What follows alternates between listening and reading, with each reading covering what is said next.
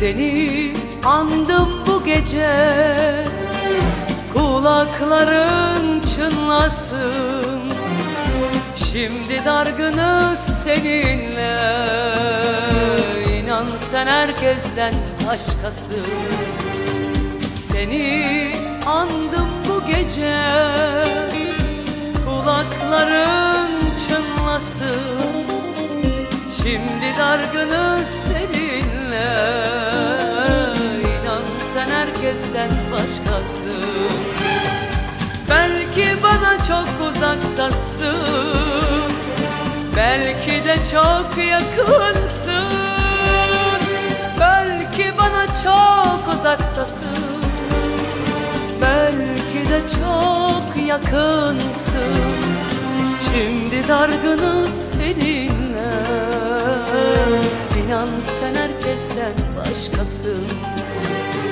Şimdi dargınız seninle, inan sen herkesten başkasın.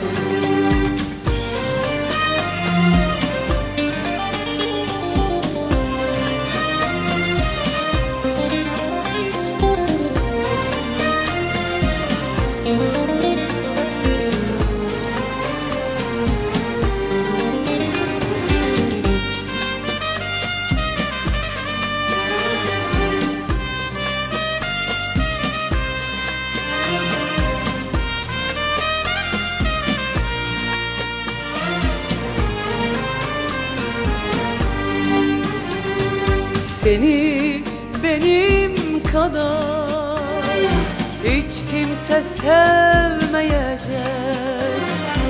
Seni benden, beni senden başka hiç kimse bilmeyecek. Seni benim kadar hiç kimse sevmeyecek. Beni senden, seni benden başka hiç kimse bilmeyecek. Öyle bir bilmece ki bu aşk, hiç kimseler çözmeyecek. Öyle bir bilmece ki bu aşk, hiç kimse çözmeyecek. Seni benden, beni senden başka hiç kimse bilmeyecek. Seni benden, beni senden başka hiç kimse bilmeyecek. Kulakların çınlasın, kulakların çınlasın. Kulakların